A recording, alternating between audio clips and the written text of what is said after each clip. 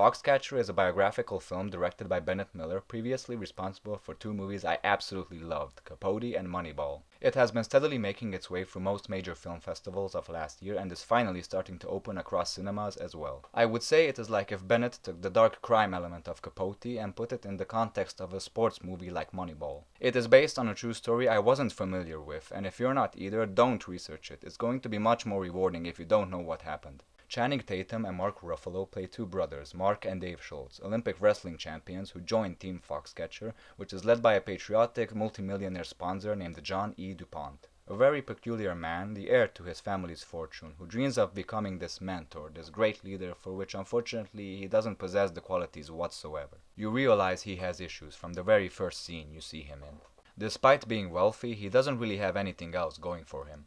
He basically grew up without having any friends, his parents divorced when he was only 2 years old, and up until now he has been living this isolated life with his ill-natured mother at the mansion of their ranch.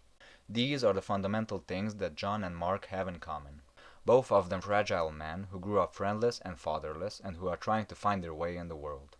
Dave, on the other hand, is the oddball in this kind of bromance going on between the three of them. He is very down to earth, a celebrated wrestling coach with a family he loves and cares about. Both of the others look up to Dave, because Dave is everything they aren't. He is the parent figure which the other two want to have and want to be like at the same time. It's a complicated story, dosed with jealousy and corruption. About searching for someone or something you never had, like a parent, and also about pleasing the people closest to you, who oftentimes might disappointingly prove to be unpleasable.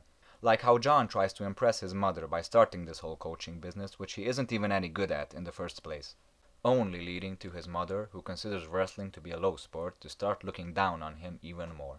It's a sports story out of which you know that nobody is going to come out a winner. One of the biggest compliments I can give this film is that the performances are mesmerizingly good. These characters actually feel like the real people they are based on, which became clear to me after looking up footage of them. When he saw the film, even the actual Mark Schultz himself said that he was startled by how much the characters walked, talked, and spoke as they do in real life. Steve Carell's performance was the strangest for me at the beginning because he's so odd and off-putting that initially I didn't even know what to think about it. And then I saw this documentary. It's just the idea that you're out there alone with no telephones, no one bothering you. You can relax for a few moments and hopefully catch a fish and have some fun to go along with it. Fishing has been a lifelong hobby of mine ever since I was a kid growing up on the farm. Up, got a fish. Up, got away. I had the opportunity to fish as a kid, and I just followed through with it. I'm not the best fisherman in the world, but I have a lot more fun than a lot of my other fishing friends in this world who think they're supposedly experts. Sometimes the fish cooperate, sometimes they don't.